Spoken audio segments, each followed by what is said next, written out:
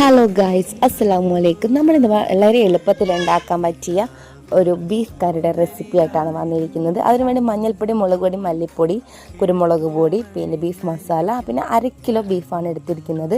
അപ്പോൾ പച്ചമുളക്, ഇഞ്ചി, വെളുത്തുള്ളി, ഇതിൽ കാണുന്ന പോലെ ചെറിയുള്ളി ഒരു പിടി, പിന്നെ ഒരു സവാള, 1 തക്കാളി.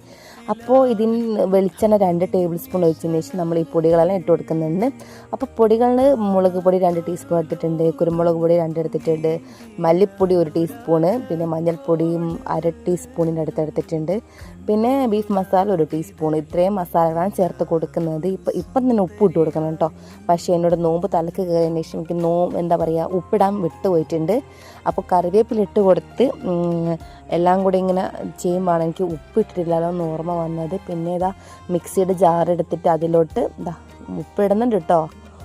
പിന്നെ ഇതൊക്കെ ഒന്ന് ചതച്ചെടുക്കുന്നുണ്ട്. അങ്ങനെ ചതച്ചെടുത്തിട്ടോ അല്ലെങ്കിൽ ചതയ്ക്കാതെയും ഇട്ട് കൊടുക്കാം. ഞാൻ വെറുതെ ചതച്ചെടുത്തിട്ടുള്ളൂ.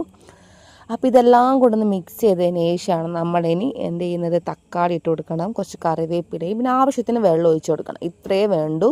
ഇനി നമ്മൾ എന്ത് ചെയ്യാം, ഇതൊരു 5-6 വിസിൽ കുക്ക് ചെയ്തെടുത്താൽ നമ്മുടെ അടിപൊളിയായിട്ടുള്ള നല്ല ഗ്രേവിയുള്ള ബീഫ് കറി റെഡി ആയിട്ടുണ്ട്. നോമ്പിനൊക്കെ പെട്ടെന്ന് ഉണ്ടാക്കാൻ പറ്റും, ഈസി ആയിട്ടുള്ള കറി കേട്ടോ. അതുപോലെ നല്ല ടേസ്റ്റാണ്. അപ്പോൾ എല്ലാവരും ട്രൈ ചെയ്ത് നോക്കുക. സബ്സ്ക്രൈബ് ചെയ്യാതെ കാണുന്ന കൂട്ടുകാരിൽ നിന്ന് സബ്സ്ക്രൈബ് ചെയ്യാം. മറ്റൊരു വീഡിയോ വരെ ഇൻഷാ അല്ലാഹ്. Thank you.